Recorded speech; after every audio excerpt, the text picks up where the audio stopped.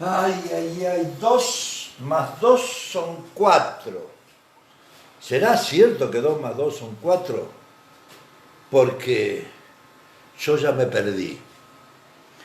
Que 15 de UG negativo, que 14 en carrera positivo, que 1 en bombal. La verdad que nos estamos saturando la cabeza, pero creo que es el momento entonces de pasar en limpio. Siendo las 21:13 del día 23 de junio, único caso positivo acá en la zona Hugues, Labor de Boy, es el caso 0 de Wilrey. No hay más. Sí sabemos que hay en Carreras una montonada y aparentemente se confirmó uno en Bombal. Llegan noticias de distinta índole, esta es importante, la que yo di recién, blanquear la situación como estamos, luego la voy a ampliar. Una de las personas que estuvo aquí nos mandó esta foto, Omar Fiondelmundo, que es de Soledad Pastorutti, cuando él la lleva a un encuentro de canto y folclore y sale ganadora junto con su academia El Cimarrón. El guitarrista es Federico Reschini. Después voy a plantear por qué esta situación y por qué esta nota. Djokovic, que lo conocemos prácticamente todo, número 1, 2 del tenis, con coronavirus. Y varios, su señora organizó un torneo, no lo debía hacer, enfermo. Bien, esto como inicio de la charla y como nota, pero retrotrayendo a ayer, hicimos muchísimas cosas, o mostramos muchísimas cosas. Primero, el logo.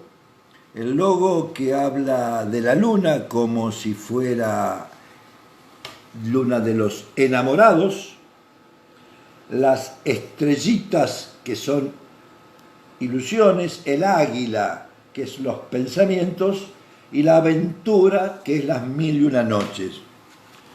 También presentamos anoche el Facebook, las 1001 noches en tiempo del coronavirus, y en definitiva, para que ustedes se pudieran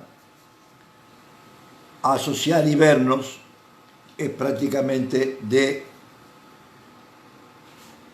registro gratuito.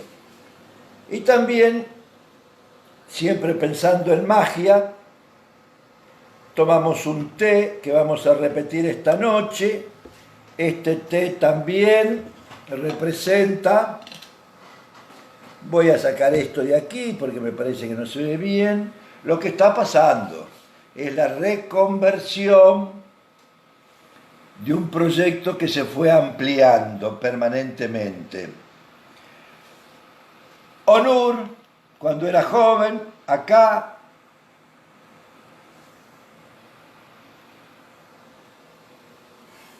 a mi mano derecha, a la izquierda de ustedes, desarrollo de contagio, momentos de que se están haciendo las defensas, los anticuerpos, hisopado en momento oportuno, calidad del hisopado que no representa cantidad de lo que saca el hisopo, testeos sí, testeos no, pero en definitiva la situación en concreto es que estamos ante un hecho altamente positivo en la localidad, con un solo caso de todos los contagiados y esperando resultados de mañana de los últimos 3 contactos. Alguna pregunta que se me hicieron en el consultorio o a través de Facebook. ¿Por qué a los infectados no los internan y quedan en su casa? era la pregunta que circulaba muchísimo y es una definición del punto de vista de epidemiología.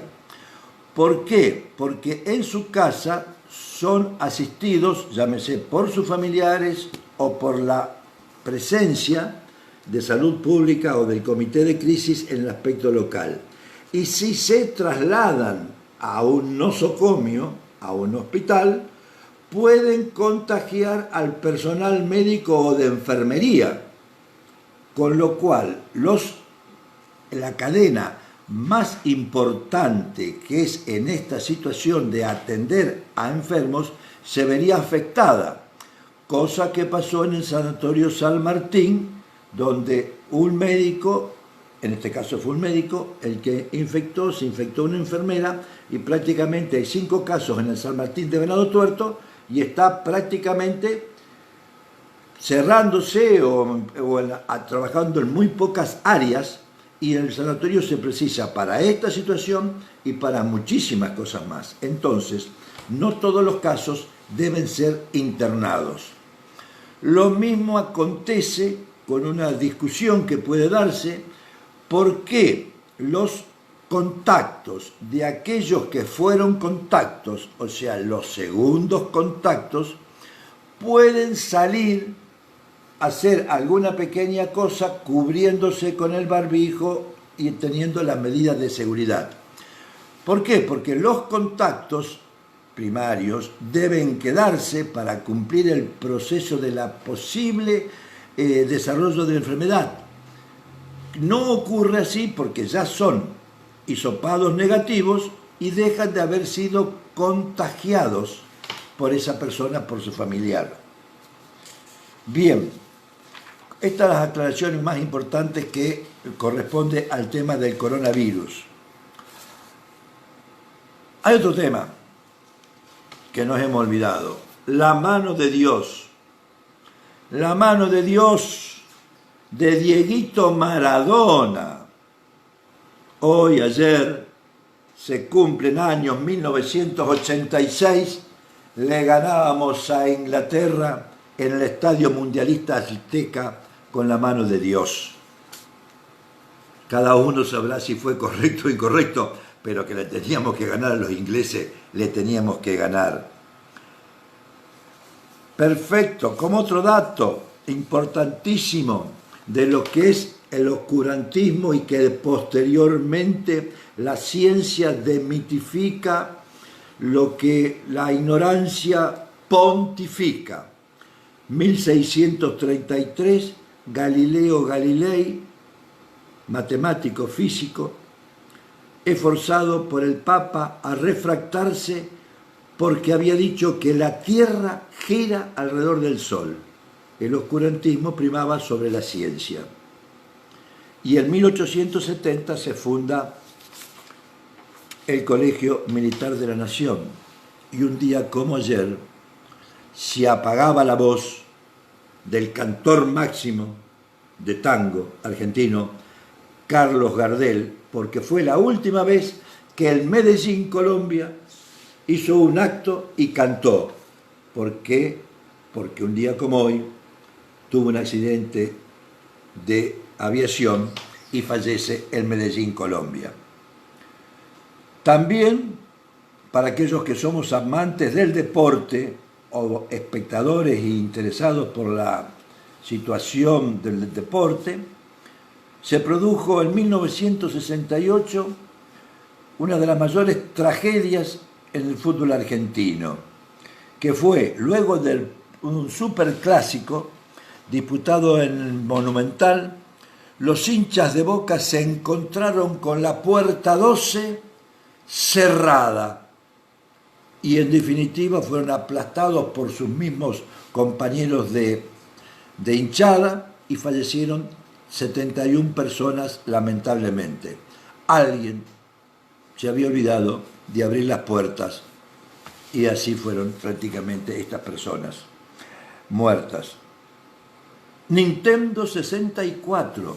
Nintendo 64 fue la primera computadora que se plantea prácticamente en el mundo y es lanzada en Japón en 1996. Y para los hinchas de River, en un día como hoy, ascendimos a Primera A. Por más que a los hinchas de Boca nos digan River con B, ascendimos a Primera A. Los que nunca debimos haber descendido.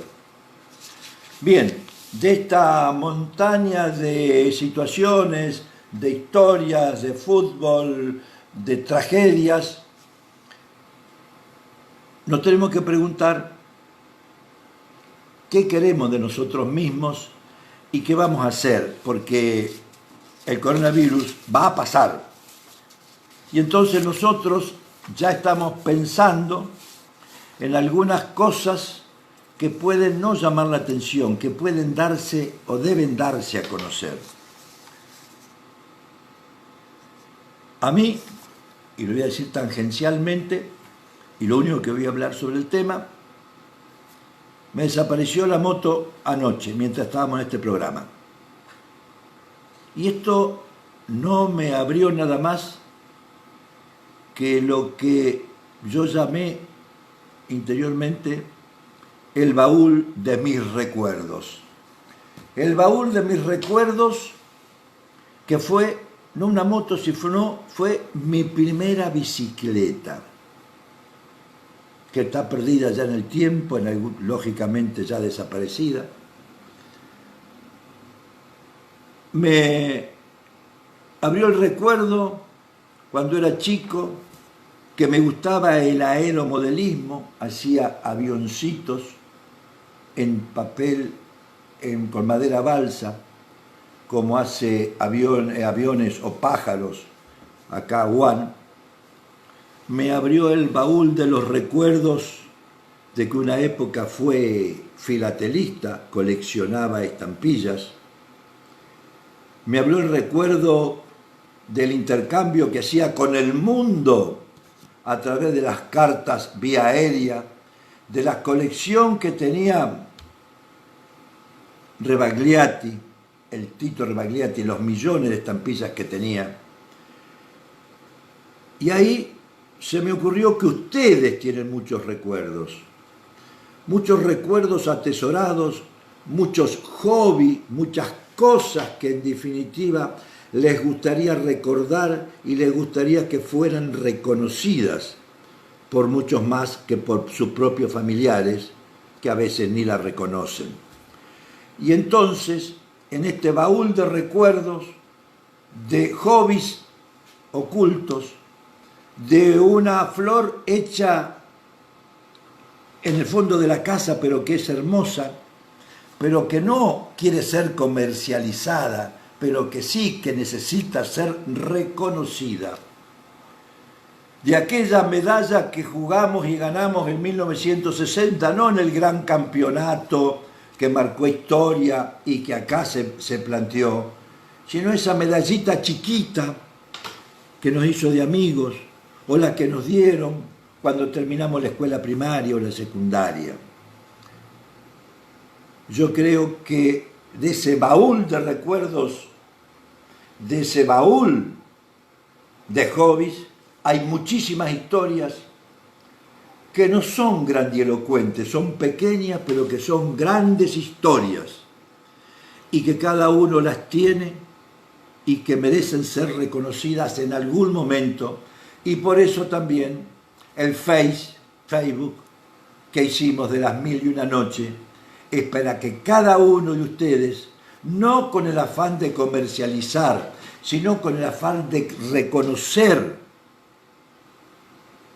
alguna pequeña cosa atesorada con amor, una carta, una estampilla, pueda ser reconocida y ampliada. Nos comprometemos a que si ustedes abren este baúl de recuerdos propios, íntimos, la mayoría pueda ser relatada y contada en pequeñas palabras. Sería un capítulo nuevo de esta renovación de las 1001 noches, que siempre quiere volar más alto y busca en las pequeñas cosas el reconocimiento hacia el trabajo, hacia la educación y hacia el esfuerzo. Y hablando de medicina, de educación, trabajo y esfuerzo y ese reconocimiento, nosotros habíamos no previsto, tenido una cuota de seguridad en base a la posibilidad de que se cerrara nuevamente Wilray o que tuviéramos que vivir situaciones complicadas como la de algún coronavirus positivo, y teníamos en nuestro archivo algunas entrevistas hechas a profesionales que hablan de un tema específico y de su especialidad. Una de ellas va a ser presentada esta noche, porque va a ser la noche de que vamos a hablar de diabetes. Vamos a hacer una noche en la cual va a ser presentado esta enfermedad de importancia, y ustedes nos van a disculpar si por un momento, hablo de segundos, 10, 15, 20 segundos, yo me quedo oculto, se apaga la luz, me tomo el té de las 1001 noches y en 10 segundos, 15, comienza la entrevista ya elaborada. Jóvenes, amigos, esta noche, por primera vez, transmitiendo algo ya filmado, con los errores que podemos cometer o con los aciertos. 10 segundos, 15 a más tardar, la pantalla queda oscura y comienza la entrevista ya realizada. Nos vemos al final.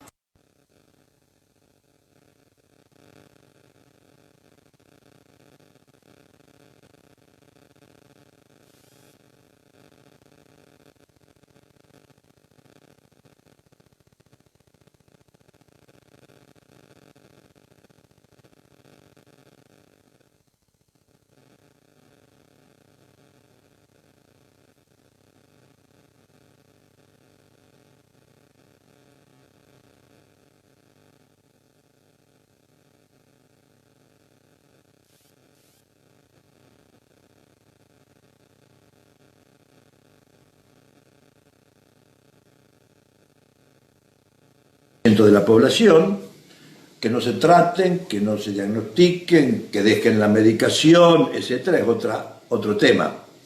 Pero existe también otra patología muy importante, enfermedad, para decirlo en forma común, que es la diabetes, que es una enfermedad tremendamente importante que provoca alteraciones a nivel de nervios, a nivel de las arterias, taponamientos, trastornos cardíacos, de la visión, renales, y para eso pareció oportuno, en mi caso y a todo lo que es la producción, incorporar a alguien que sabe mucho a esta mesa de debate y de comunicación, que es el doctor Pedro Latuca. Pedrito. Buenas noches. Buenas noches, buenas noches. Bueno, yo voy a hacer un pequeño raconto. Pedro Latuca. Pedro Latuca llega a Wilray de manos de Luciana Gutiérrez, el esposo de Luciana Gutiérrez, obstetra ginecóloga, ella más que quiere ser ginecóloga, yerno de Justo Gutiérrez, y la señora, ¿cómo se llama tu suegra? Mari.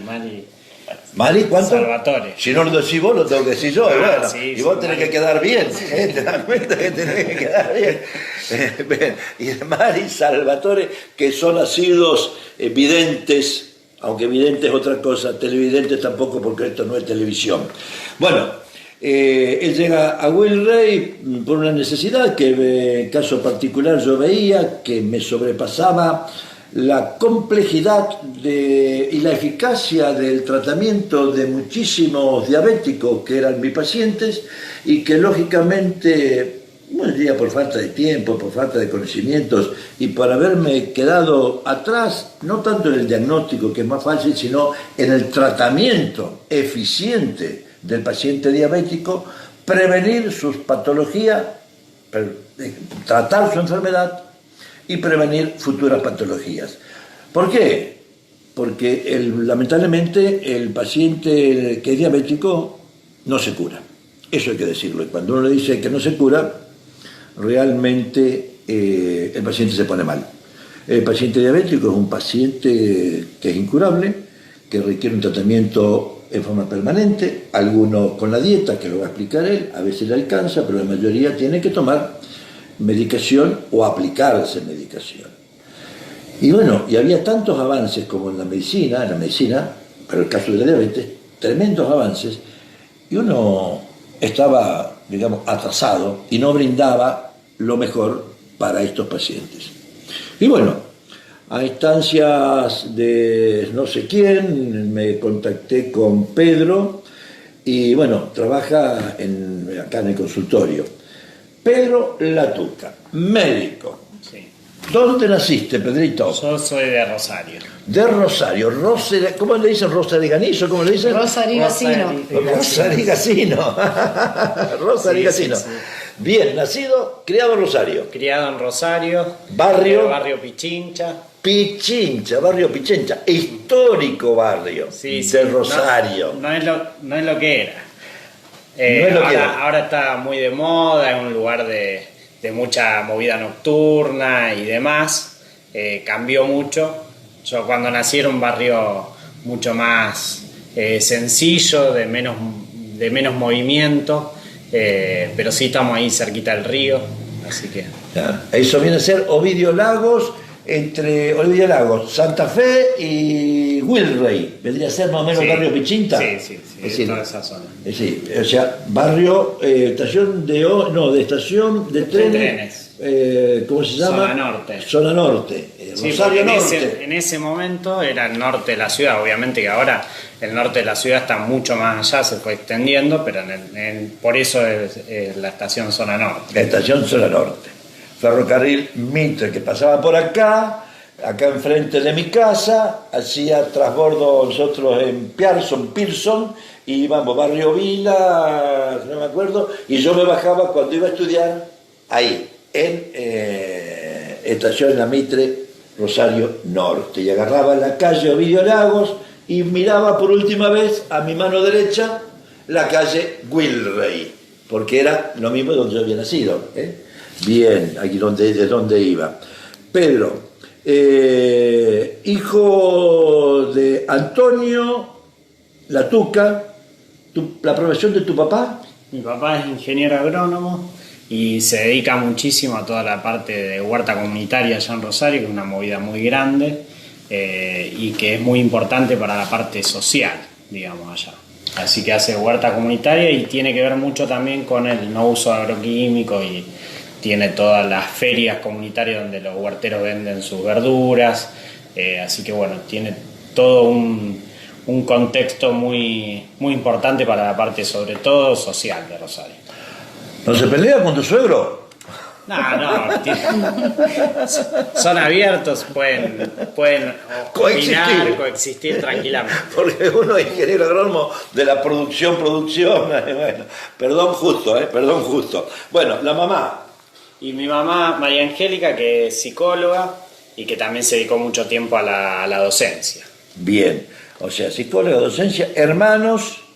Y hermanos, tengo mi hermano Emiliano, que también es agrónomo, que él se fue a vivir a Justiniano Pose. ¿Se pelea con tu viejo? Porque ahí producen, No, pero llegan a consenso también. Llegan a consenso también. Bueno.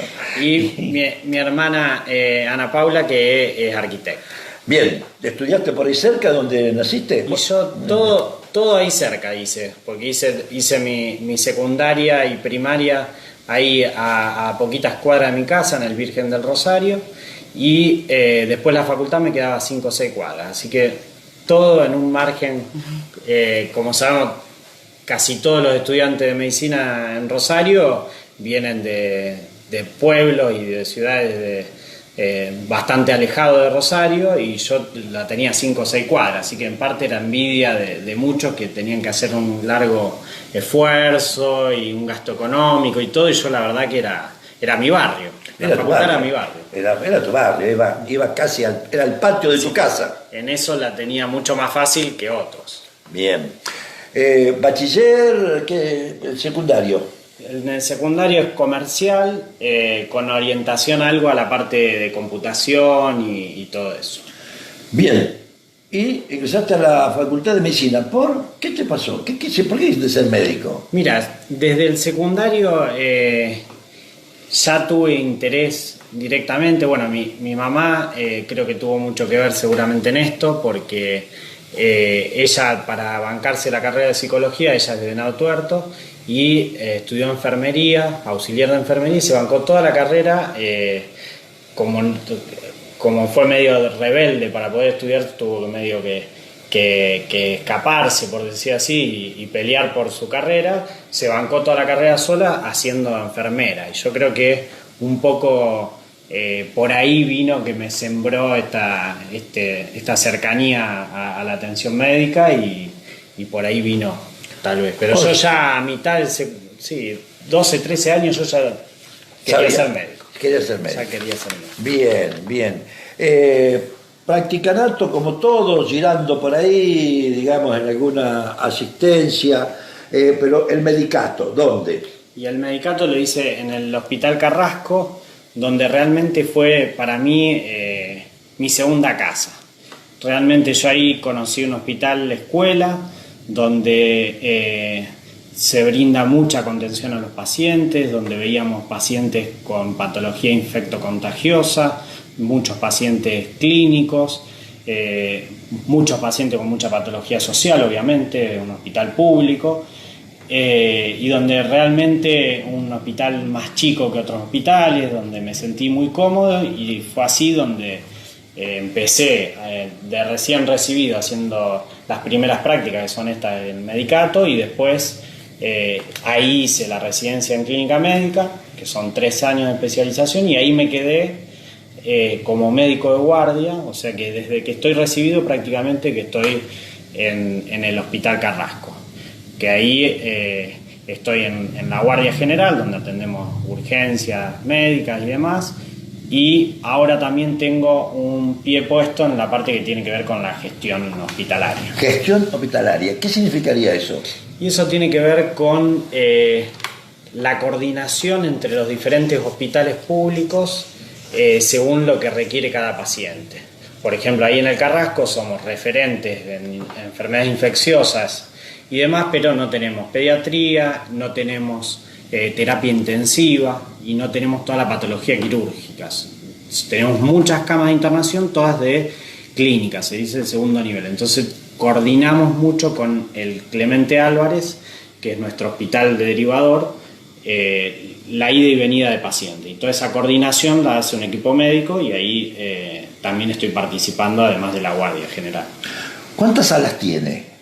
Tiene 3 salas, tiene una arquitectura que tiene que ver mucho con su historia, como todo lugar, que tiene que ver que nace como un hospital para atender enfermedades infecciosas directamente. Entonces son salas que son bien separadas unas de otras, con un amplio patio en el medio, y que los pacientes no están tan cerca uno de otros ya desde el origen. Obvio que esto fue sufriendo un montón de modificaciones, pero esa disposición de lejanía y de pabellones bien separados y con un patio con mucho aire y demás, fue muy beneficioso para todo lo que son la atención de enfermedades infectocontagiosas, como actualmente la tuberculosis, que es uno de los hospitales de referencia en toda la provincia de lo que es esa enfermedad infectocontagiosa, de todo lo que es patología del HIV y SIDA, y ahora somos un hospital de referencia en lo que es la atención del paciente con sospecha de coronavirus. Hospital de referencia significa que prácticamente los otros hospitales municipales o nacionales le derivan al Carrasco los sospechosos de coronavirus. Exactamente. Digamos, Salud Pública lo que decidió como forma de organización es no mezclar, obviamente, pacientes respiratorios febriles con patologías, por ejemplo, quirúrgicas u otro tipo de patologías. Entonces decidió sectorizar todo lo que es en cualquier hospital que se haga un hisopado, que se sospeche, un paciente entre por un cuadro febril o con tos y se quiera internar, se deriva al Carrasco, salvo que necesite terapia intensiva, y que en ese caso se deriva al tercer nivel, que es el Baigorria, el Eva Perón, que es el hospital de referencia para pacientes que necesitan terapia. Mi práctica, digamos, privada es en el Hospital Español de Rosario, donde ahí hago consultorio general, donde soy médico de cabecera prácticamente de muchos de los pacientes de ahí, y también hago internación clínica, hago diabetes obviamente, y soy uno de los instructores de los residentes en clínica médica. Instructor de residentes de clínica médica. Bien, pero haces ahí prácticamente diabetes. La mayoría de tus pacientes son diabéticos. Sí, no solo diabetes, o sea, soy médico como es tan prevalente la diabetes, veo muchísimos pacientes diabéticos, pero yo cumplo muy un rol de médico de cabecera. O sea, yo les trato la presión, les trato el colesterol, les trato si tienen una angina, si tienen alguna otra cosa, los derivo cuando necesitan una atención con un especialista, les sigo la internación cuando se internan, pero como siempre me gustó mucho y me interesé mucho y me formé en diabetes, obviamente también atiendo muchísimos pacientes diabéticos y todas sus complicaciones, desde el diagnóstico hasta siempre, digamos. Bien, en general el diabético ignora a su paciente ignora su enfermedad, y cuando uno le pide al laboratorio se sorprende y dice, pero ¿cómo? Si yo no siento nada. Y eso siempre se planteó como una dificultad, que seguramente si esto, igual que la hipertensión y que el colesterol, son enfermedades silentes, que si esto doliera o diera un signo bien claro, sería todo mucho más fácil, la adherencia al tratamiento y demás, pero por eso se llama los asesinos silenciosos, porque justamente van dañando el organismo muy de a poco. El paciente los síntomas no los relaciona en general con la diabetes, van apareciendo muy lentamente, pero están, y un diagnóstico temprano y un tratamiento oportuno evitan muchísimas complicaciones, y sobre todo mejora la calidad de vida, que eso es donde nosotros apuntamos todos los gatillos, digamos, a la calidad de vida del paciente, que es lo más importante. Obesidad y diabetes. Bueno, obesidad y diabetes son dos cosas. O sea, primero tendríamos que hablar de qué tipo de diabetes hay para poder llegar a esto. Como la mayoría conoce, está la diabetes tipo 1, que es la diabetes llamada siempre infanto-juvenil, que ahora se vio que no es tan así. Hay diagnóstico de diabetes tipo 1 en edad adulta también. Son dos patologías realmente diferentes en cómo llegan a manifestarse. Diabético tipo 1 en general son pacientes jóvenes, delgados o niños, que en esta vez sí tienen síntomas y en general debutan con sintomatología, como puede ser pérdida de peso muy marcada, una sed insaciable, que como te lo describen muchos, un cansancio que no pueden explicar por otra cosa, y cuando ya aparecen complicaciones, ya aparecen con vómitos, dolor abdominal, y llegan al diagnóstico en general con síntomas de diabetes. Visión borrosa.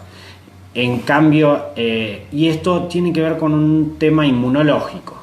La diabetes tipo 1 es el propio organismo, ataca al páncreas, que es la fábrica nuestra de insulina, y hace que empiece a funcionar mal y a fabricar menos insulina de la necesaria para vivir. Tal es así que hasta hace 100 años nomás, los diabéticos tipo 1 se morían al diagnóstico porque había muy pocas herramientas para ofrecerle. Era una herramienta que servían muy transitoriamente y tenían un déficit tal de insulina que se morían. Hoy en día, desde hace 100 años que se descubrió por primera vez la insulina para uso humano, que en su momento fue a través del estudio en perros, hoy en día tenemos para brindarle muchísimas opciones de tratamiento, muchísimas formas de administrar insulina, distintos tipos de insulina, y la calidad de vida de un paciente diabético tipo 1 es muy buena. Incluso hay pacientes, por ejemplo, atletas de alto rendimiento, hay atletas olímpicos que son diabéticos tipo 1 y que desarrollan su vida con un potencial enorme, con ciertos recaudos y con cierta conducta, pero con una vida muy plena.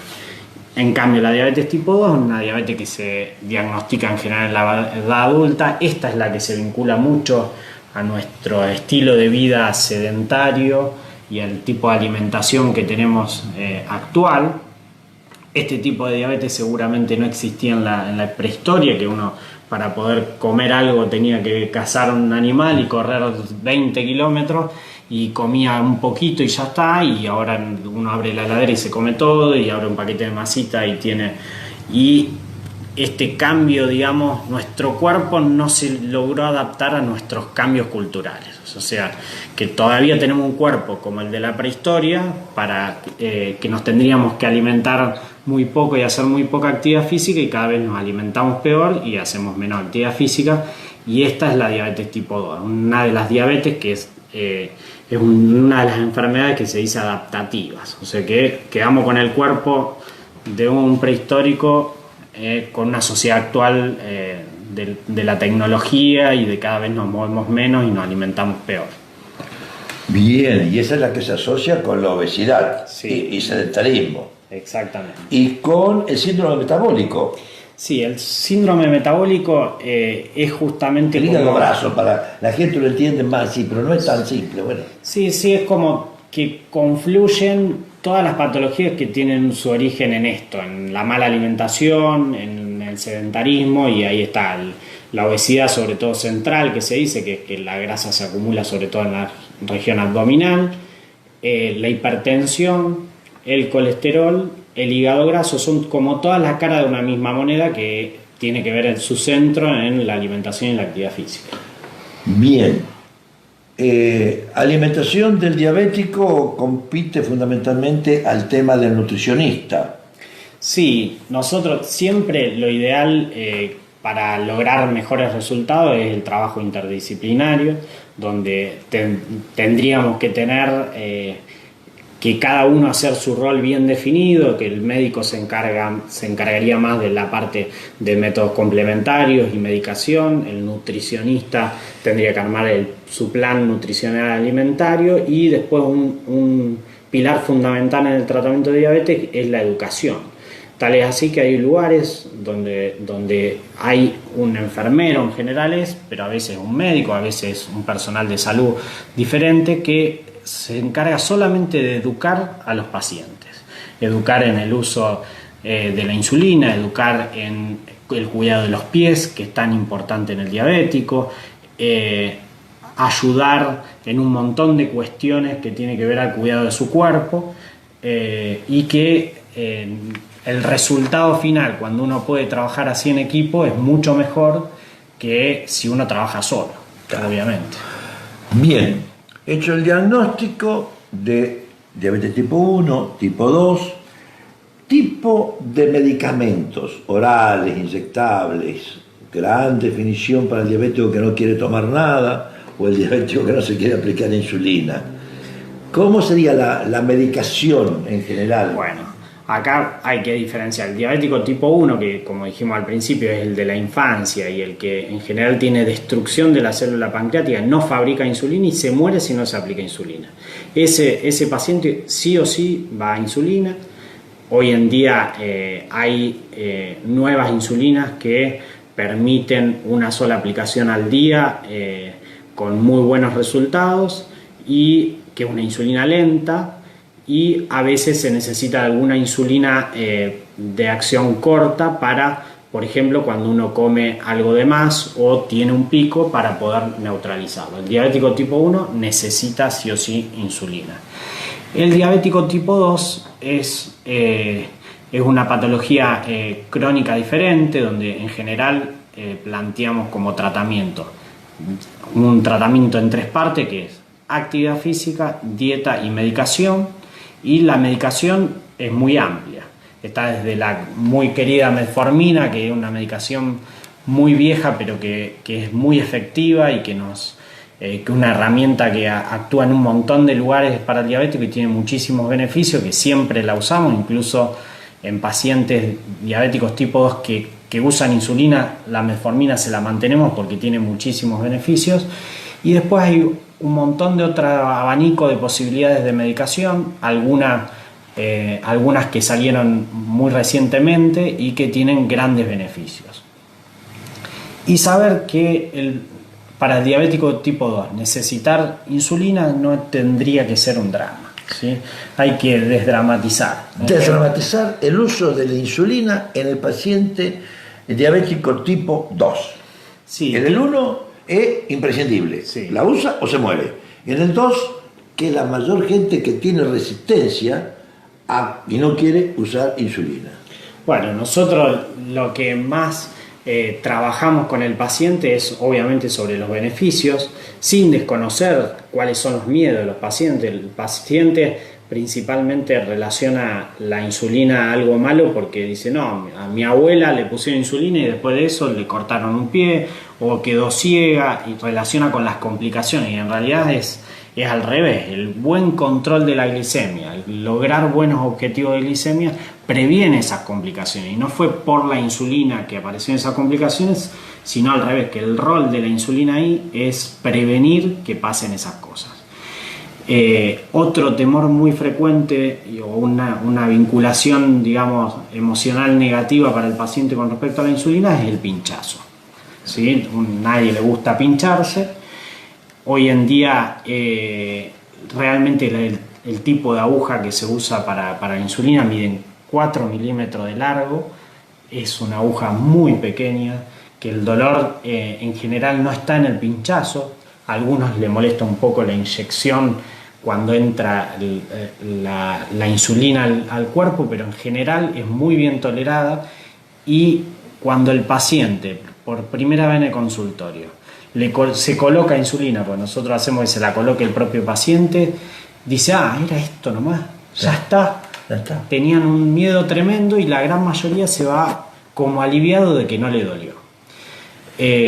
Y lo que más beneficia la insulina es cuando uno se empieza a sentir mejor. O sea, cuando a alguien lo insulinizamos porque realmente venía con muy malos controles y sintiéndose mal, cuando ve los beneficios que tiene, cómo mejora sus valores, pero además los síntomas de la diabetes, sobre todo cuando está muy alto, que da mucha sintomatología, el paciente dice, ¿cómo no lo hicimos antes? ¿Cómo no lo hicimos antes?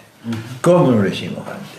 O sea, el uso de la insulina ha avanzado también en la forma de aplicación. La verdad que no traje, una lástima que no hayamos traído una lapicera. Recuerdo en la época que se hacía la insulina con la jeringa de insulina, con una aguja gruesa. Hoy es prácticamente esto, un lápiz en el cual las unidades se giran. Lamentablemente no lo trajimos. Y uno dice, puede hacer 2, puede hacer 4, 6, 8, 10 unidades de insulina, y lo hace. Y al mismo tiempo se puede calibrar la profundidad con el gatillo, la profundidad, digamos, de acuerdo a la aguja, se da la profundidad de la aplicación de la insulina. En definitiva, hay que desmitificar porque realmente es un avance. Avances en el control de la insulina.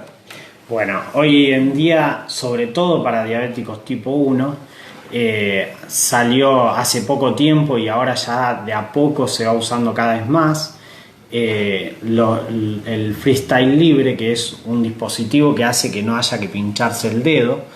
Es un dispositivo muy cómodo porque es como un parchecito de plástico que se coloca en la parte posterior del brazo, se cambia cada 2 semanas y realmente es muy cómodo. Los pacientes que lo han probado están muy conformes, sobre todo porque nos da mucha más información. Uno en el pinchazo en el dedo ve una foto de ese momento. En cambio, en el Freestyle Libre que se aplica sobre ese plastiquito. Lo único que tiene que pasar es un dispositivo, que a veces puede ser el mismo celular o un dispositivo muy parecido al celular, y ahí ve el valor actual de la glicemia, ve la tendencia, esto quiere decir si está bajando o está subiendo, y ve cómo viene en las últimas 8 horas previo a medirme. Entonces un paciente se despierta y sabe cómo estuvo toda su noche la glicemia. Entonces realmente el beneficio de este tipo de dispositivo es muy grande. También es muy complejo para el médico después leer tanta información, pero realmente esto que apuntaba antes de la educación, el paciente empieza a tomar mejores decisiones en cuanto a qué comer, cuánta insulina aplicarse, todo, porque él empieza a entender mejor cómo se comporta su cuerpo cuando come y cómo se comporta su cuerpo cuando se aplica insulina. Es una herramienta que hoy en día es muy buena para diabetes tipo 1. Yo creo que en un muy corto plazo va a ser usada también muy masivamente en diabetes tipo 2, sobre todo en los pacientes que tienen ya o insulina o están muy próximos a eso y necesitan saber hora a hora cuánto tienen de glicemia. De glicemia. Bomba de insulina. ¿Qué es la bomba de insulina? Bueno, la bomba de insulina es un sistema que aplica insulina en forma continua, en vez de hacer pinchazos intermitentes. Es un aplicador continuo de insulina. Esto es algo que ya tiene unos años, pero el desarrollo es cada vez mayor. Cuando se habla incluso de páncreas artificial y todo eso, tiene que ver con la combinación medio de estos dos métodos, de un aplicador continuo de insulina y un lector continuo de insulina, lo cual cada vez se pueden cargar informaciones para que el propio sistema decida según el valor de glicemia cuánta insulina aplicar. Esto es una revolución en cuanto a la medicina, la tecnología aplicada a la medicina, sobre todo también en diabetes exclusivamente en diabetes tipo 1, sobre todo en los chicos. En los chicos, tal es así que hay países europeos que diagnóstico de diabetes antes de los 8 años, sí o sí bomba de insulina. Bomba de insulina. Y hace poco asistí a un congreso donde en Colombia embarazo y diabetes es igual a bomba de insulina en todas las pacientes que venían con diabetes previa al embarazo, con resultados que no se logran de otra forma. Que no se logran. Pero un cambio en el resultado, digamos, de ese embarazo que es imposible lograr sin la bomba esos resultados. O sea, la bomba va prácticamente midiendo el nivel de la glicemia, o sea, el nivel de azúcar en la sangre, y va inyectando de acuerdo a las necesidades del momento. Sí, eso es como si estuviera leyendo en nuestro organismo. Por eso se habla de páncreas artificial, porque es lo que hace nuestro cuerpo. Obviamente hay bombas que esto va por separado, que por un lado se aplica y que uno tiene que programar cuánto se coloca, y hay otros sistemas que ya son integrados de bomba más lector. Pero hay algunos que no, que solamente aplican en forma continua y uno avisa cuándo va a comer o avisa cuándo quiere bajar y cuándo quiere subir la infusión de insulina, y hay otros sistemas que ya son totalmente integrados. O sea que uno no le tiene que avisar nada y esto hace todo solo. Hace todo solo como hace el organismo cuando... Exactamente. Claro. A eso vamos a un futuro cercano. Digamos. Cercano, que sería una, digamos, solución, siempre que hablamos de curación, pero para el tratamiento en sí del diabético, más que nada tipo 1, el insulino dependiente, que tiene problemas de índole de bajísima insulina. Así, fuera de cámara, me hablabas de algunas inyecciones semanales. ¿Qué es eso? Bueno, hoy una de las nuevas drogas que salieron son unas drogas inyectables que no son insulina. Que muchos pacientes, cuando uno le habla de inyección, enseguida va a pensar en insulina, pero hay drogas que no son insulina y son también inyectables, y que fueron una gran promesa para el tema de la obesidad y la diabetes, porque actúa en el centro de la saciedad. Es una de las pocas drogas que existen en el mercado que pueden producir disminución, no disminución del apetito, sino una saciedad más precoz. Entonces hace que uno coma menos, pero no con esfuerzo, que es lo que uno quisiera, digamos. En eso tiene un gran beneficio, y eso viene también con beneficios a nivel cardiovascular, a nivel de los valores de glicemia. Y hay, hace muy poquito, hace 2 años que se presentó en Argentina, porque esto venía de aplicación diaria, y ahora hace 2 años que viene una que se aplica solamente una vez por semana, logrando esto. Y se puede usar en pacientes que ya están con insulina y necesitan complementar o mejorar su peso y demás, y también se puede usar en pacientes que no tengan insulina. Incluso se podría usar, por ejemplo, en un paciente añoso, que no ve bien y que no se puede aplicar insulina, y que las pastillas las toma más o menos y demás. Esto de aplicarle una sola vez a la semana un dispositivo que es más fácil todavía que usar la insulina, realmente es una novedad. La gran contra que tiene, como todo lo nuevo, es el costo. Todavía estamos en una lucha muy fuerte con la parte de los auditores y demás para que esta droga se pueda usar más masivamente. Yo creo que cuando esta droga nos autoricen la obra social sin cargo, se va a usar muchísimo, porque ya ha demostrado tener muchísimos beneficios, tanto para diabetes como para la parte cardiovascular, y también sobre el peso, que es algo que siempre en los diabéticos nos cuesta mucho. Doctor, complicaciones o evolución del diabético, que son casi complicaciones, evolución si no se controla el diabético, groseras, las más importantes. Bueno, con respecto a eso siempre hay algunos puntos que considerar. Vamos a hablar sobre todo de la prevención y de las cosas. No vamos a hablar de las malas noticias, porque no nos gusta eso, ni amenazar al paciente, si no te cuidas te va a terminar así, sino en lo que es la prevención. Una de las cosas muy importantes en diabetes es el cuidado de los pies. Se sabe que las amputaciones son lo que uno nunca quiere llegar. Sabemos que tiene que ver tanto con el daño a nivel de los nervios, o sea, la sensibilidad de la piel a nivel de los pies, como la llegada de sangre. Son las dos formas que la diabetes va afectando los pies, es esa. Al no sentir bien el pie, uno pisa mal, se lastima, se ulcera, y ahí empiezan las infecciones en los pies y las complicaciones. O como va tapando arterias, al igual que la hipertensión, el colesterol, el cigarrillo, va tapando arterias, también tapa arterias de los pies y hace que la gangrena, que es lo que uno no quiere. Entonces la recomendación que hace es que usen un calzado que no sea apretado, que revisen bien el calzado por dentro, que no tenga nada que le lastime, que las uñas tienen que estar muy cuidadas, en lo posible que sean cortadas por un podólogo, sobre todo para el que no ve bien, que sea cortada por un podólogo, y que, por ejemplo, no ande descalzo en superficies que puedan estar muy calientes o que pueda haber algo que lo pinche. Son recomendaciones generales para todos los diabéticos, ¿sí? Después, otro tipo de complicaciones tienen que ver con la vista.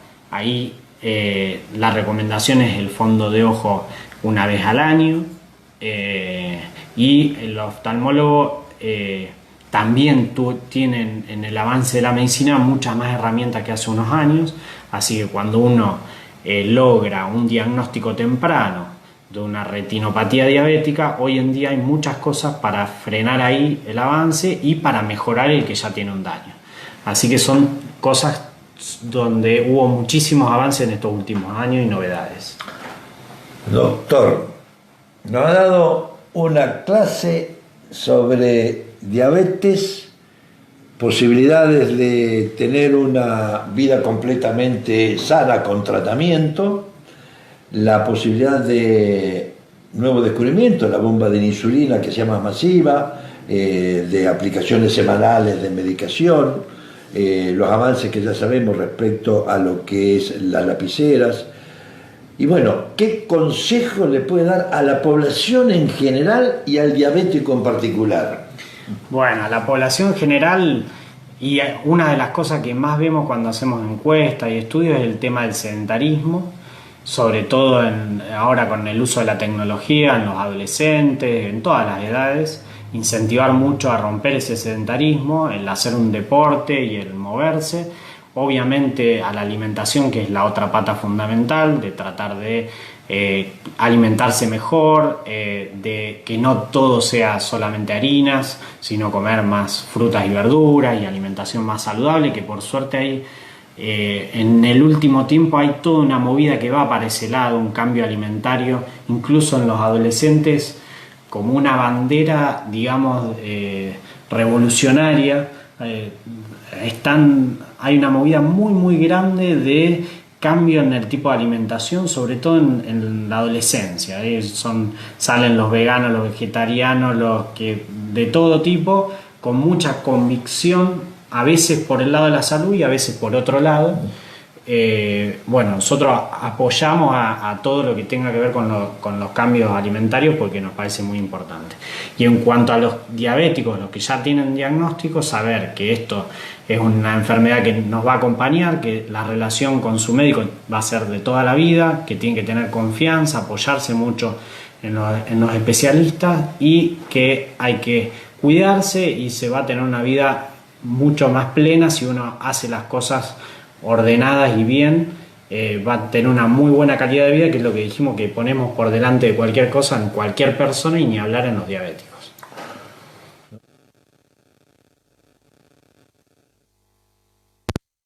Nadie se escapa porque siguen pasando las motos Anela. Era una antigua transmisión cuando corríamos en el turismo carretera.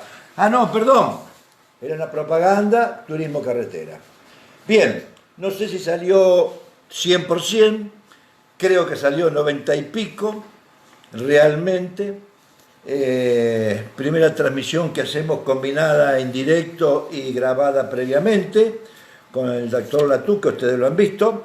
Y podemos responder, no la responder porque no está, lógicamente, a algunas preguntas que ustedes hicieron. Ejemplo, alguien preguntó que explique la insulinoresistencia. ¿Qué significa la insulinoresistencia? Significa que hay pacientes que cuando comienzan a aplicarse insulina, su organismo las rechaza, le hace una resistencia y que obliga a usar mayor cantidad de dosis. Eso era mucho más frecuente antes, cuando la insulina se hacía en los porcinos, o sea, en los cerdos. Hoy, que está hecha de otra manera, que está hecha, digamos que le llamamos insulina humana, pero no es tan humana, pero es así, directamente. Felicitaciones para Pedro, otra noche muy buena. Excelente explicación para Pedro Latuca. Nelly, muy profesional y muy buena presentación. ¿Dónde atiende este doctor? Bueno, en calle General López 631. Viviana, que tiene diabetes tipo 2 y siempre le da alta la glicemia. Se cuida la comida y tiene promedio 280. Bien. Esto requiere cambio de medicación, no sé qué estás haciendo, pero la dieta sola no sirve, requiere medicación a estos valores de glicemia. Y si estás haciendo, hay que cambiar, y si no estás haciendo, hay que iniciar. Bottini, grande Pedro, y Hugo, excelente profesional. Siempre tratamiento hace un mes y ando perfectamente.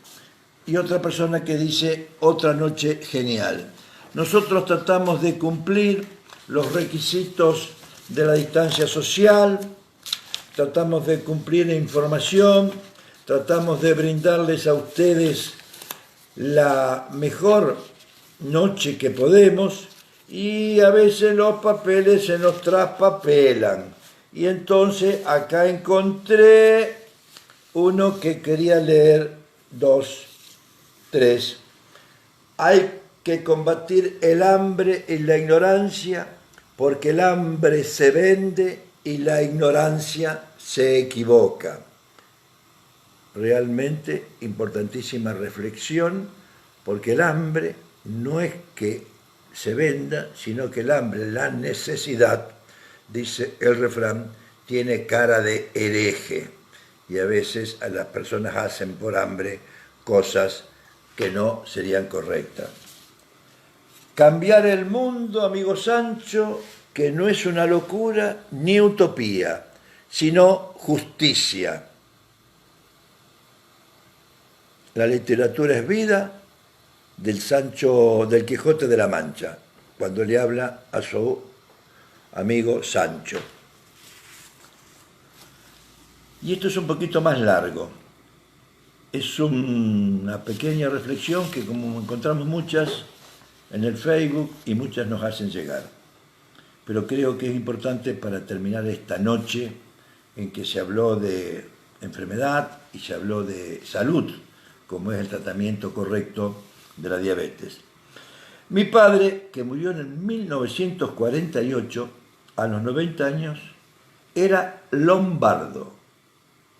Es un pueblito cerca del lago Como, Italia, próximo al límite con Suiza. Llegó al país hace casi un siglo cuando tenía 6 años con mi abuelo, que tenía 35, 36. Llegaron a Buenos Aires en un barco de vela y ahí tomaron la galera que en 15 días los llevó al Tandil, que era una especie de fortín. Todo era pampa, con hacienda sin dueño. Imagínense a esos dos italianos que sabían de enlazar y bolear. Hicieron un corral, encerraron algunas vacas y fueron los primeros lecheros de Tandil. Todos los días mi padre iba al pueblo y llevaba 6 o 7 litros de leche que compartía a los pocos, muy pocos que tomaban esa leche, porque la mayoría le gustaba la carne y el vino. Cuando mi padre tenía 8 o 9 años, un buen día se sublevaron los criollos de esa zona, dirigidos por un curandero, Tata Dios. Y este curandero decidió matar a todos los extranjeros. Y efectivamente mataron a casi todos. Habrán sido 15 o 20 personas. Mi abuelo, que vivía alejado del pueblo, decidió marcharse a Italia y allí se quedó porque le avisaron y pudo salvar su vida. Mi padre, al cumplir los 16 años, se volvió solo a la Argentina. Empezó a trabajar como peón en la construcción de los ferrocarriles, ganando 1 peso por día. Con 3 centavos que pudo ahorrar, compró un campito en Pergamino, la ciudad donde yo nací. Poco a poco tuvo vacas, fue sembrando trigo y de todo. Y allí nacimos todos. Mi padre nos despertaba a las 5 diciendo, está por salir el sol. Ordeñábamos las vacas, hacíamos otros trabajos y aún nos alcanzaba el tiempo para llegar antes que nadie a la escuela. Por supuesto, a las 8 de la noche, ya cansados, habíamos cenado y estábamos en la cama. Esa era nuestra vida. Toda mi infancia la pasé así. Una maravillosa infancia de trabajo y aprendizaje. En mi casa se hacía todo. No se compraba nada. Se hacía el pan, teníamos leche, queso, manteca, verduras, vinos de nuestras viñas. En la enorme casona, constituida por 8 o 9 piezas inmensas, teníamos la despensa siempre repleta de alimentos. En invierno se carneaban los cerdos y se hacían jamones, chorizos, salames. Era una vida muy sana. Cuando terminé sexto grado, me vine a un colegio salesiano de Buenos Aires. Concluí el bachillerato en 1918 y en 1919 ingresé a la Facultad de Medicina. Mi padre mandaba algunos pesos, no muchos. Fue él quien quiso que estudiáramos. Yo quería quedarme en el campo, pero él me dijo, no, no tenés que ser como yo. El que estudia, siempre tiene posibilidades. Historia de padre, abuelo de Arturo Illia, que fue presidente de la Nación y un ejemplo de honestidad en el cargo. Quiero decir, como última noticia, iba a cerrar con estas palabras, que los 4 examinados hisopados de hoy en Wilrey dieron negativos. La noticia, la novedad de que un presidente honesto trabajó desde las 6 de la mañana a la hora que fue, y en definitiva logró llegar a ser presidente, y que dieron negativo estos hisopados, nos alegra en este 23 de junio del 2020. Hasta mañana con otra magia de las noches, las 1001 noches en la época del coronavirus.